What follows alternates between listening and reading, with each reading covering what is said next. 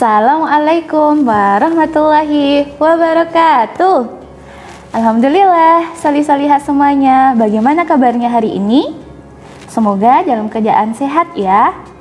Alhamdulillah, hari ini Emi berkesempatan untuk menemani solih-solihah menunggu waktu berbuka. Nah, hari ini Ustadzah akan melanjutkan kisah dari seri Muhammad Teladanku, yaitu tentang seruan dari Bukit Sofa. Solih-solihah, Rasulullah Shallallahu Alaihi Wasallam menaiki Bukit Sofa. Kemudian dengan suara lantang beliau memanggil-manggil, "Wahai orang-orang Quraisy, wahai orang-orang Quraisy!" Penduduk Mekah yang sedang sibuk dengan urusannya terkejut dan menoleh. "Muhammad berseru dari atas sofa," kata mereka. Seketika orang-orang datang berduyun-duyun sambil bertanya-tanya khawatir. "Ada apa? Ada apa?" Rasulullah Shallallahu Alaihi Wasallam memandang kerumunan orang di bawah yang menatapnya dengan wajah penuh tanda tanya. "Bagaimana pendapat kalian kalau kuberitahu bahwa di balik bukit ini ada pasukan berkuda yang siap menyerbu? Percayakah kamu kepadaku?" tanya Rasulullah Shallallahu Alaihi Wasallam. "Kami percaya," jawab orang-orang di kerumunan itu. "Kami tidak akan meragukan kata-katamu. Tidak pernah kami dengar engkau berdusta." Rasulullah Shallallahu Alaihi Wasallam menarik napas dan menyampaikan seruannya. "Aku mengingatkan kalian sebelum datang siksa yang amat berat. Wahai orang-orang Quraisy, Allah memerintahkan aku untuk memberi peringatan kepada kalian bahwa orang yang terbaik bagi kehidupan dunia dan akhirat adalah mengucapkan kalimat La ilaha illallah Muhammadur Rasulullah." Solih-solihah, sejenak orang-orang tampak terpesona.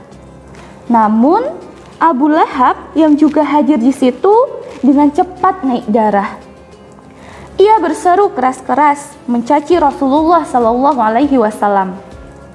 "Celaka engkau Muhammad, binasalah engkau, binasa dan celakalah seluruh hari-harimu. Hanya untuk omong kosong itukah kamu mengumpulkan kami?" Solih-solihah, Rasulullah Shallallahu Alaihi Wasallam tidak berkata apa-apa dihina sekeras itu oleh Abu Lahab. Beliau hanya menatap wajah Abu Lahab dengan tajam. Setelah teriakan Abu Lahab itu, orang-orang Quraisy seperti kembali disadarkan dari rasa terpesonanya. Mereka bubar, bermacam tingkah, ada yang mengerutkan kening, ada yang berbisik-bisik, ada juga yang melirik Rasulullah Shallallahu Alaihi Wasallam sambil tersenyum mencibir. Hinaan Abu Lahab itu tidak dibiarkan Allah. Turunlah firman yang mengutuk perbuatan itu. Nah, solih-solihah, sudah tahu kira-kira surat apa ya yang turun pada peristiwa tersebut? Emi yakin bahwa solih-solihah sudah tahu surat apa itu. Oke, baik solih-solihah, Ustadzah akan melanjutkan kisahnya, yaitu tentang turunnya surat Al-Lahab. Solih-solihah, firman Allah yang turun mengenai Abu Lahab adalah, "Binasalah kedua tangan Abu Lahab dan benar-benar binasa dia. Tidaklah berguna baginya hartanya dan apa yang dia usahakan. Kelak dia akan masuk ke dalam api yang bergejolak, neraka. Dan begitu pula istrinya adalah pembawa kayu bakar penyebar fitnah. Di lehernya ada tali dari sabut yang dipintal." Quran Surat Al-Lahab ayat 1 sampai dengan 5. "Wahai Abu Lahab, sekarang apa yang engkau katakan? Dengarlah, keponakanmu Muhammad tidak akan pernah lagi bungkam terhadap orang yang menentangnya.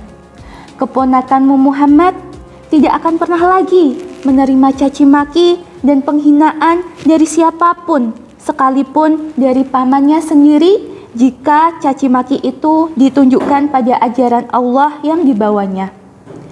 keponakanmu Muhammad bahkan siap terjun ke medan laga untuk menghadapi orang-orang yang sombong dan congkak seperti dirimu.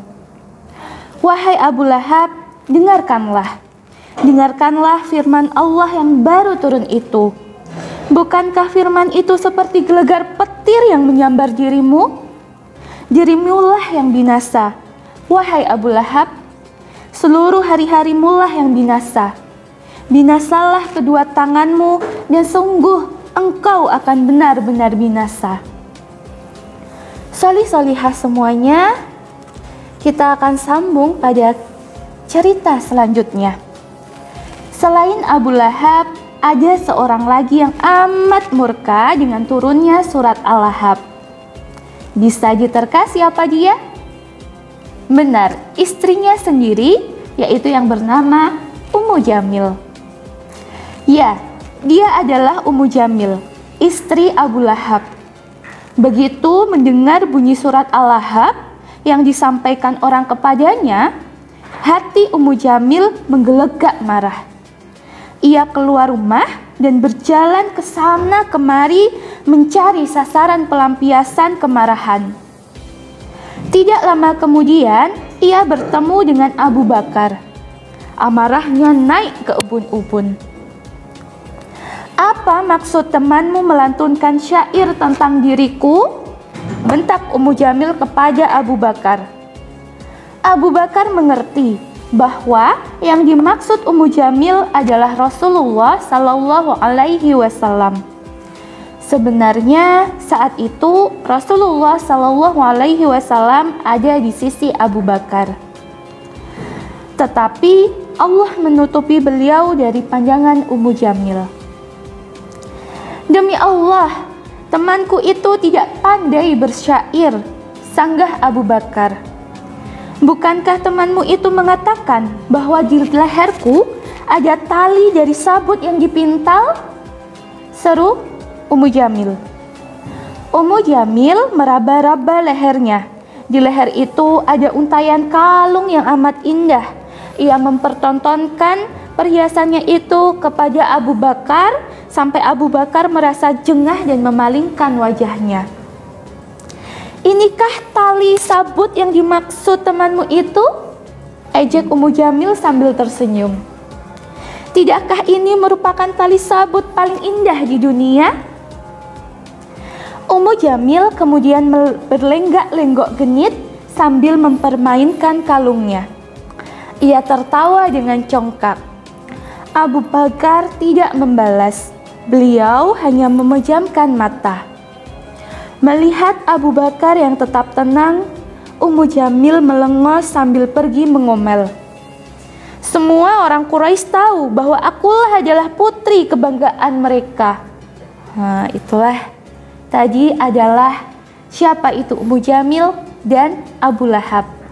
Solih-solihah semuanya, semoga kisah yang telah solih-solihah simak pada sore hari ini, solih-solihah dapat mengambil pelajaran hikmah dan membuat solih-solihah semakin mengagumi bagaimana sifat dan sikap Rasulullah dalam beliau menahan amarahnya, dalam beliau memperjuangkan Islam dan mendakwahkan agama ini. Solih-solihah, terima kasih telah menyimak kisah dari seri Muhammad Teladanku dan sampai berjumpa pada hari berikutnya. Sampai jumpa. Assalamualaikum warahmatullahi wabarakatuh. Dadah.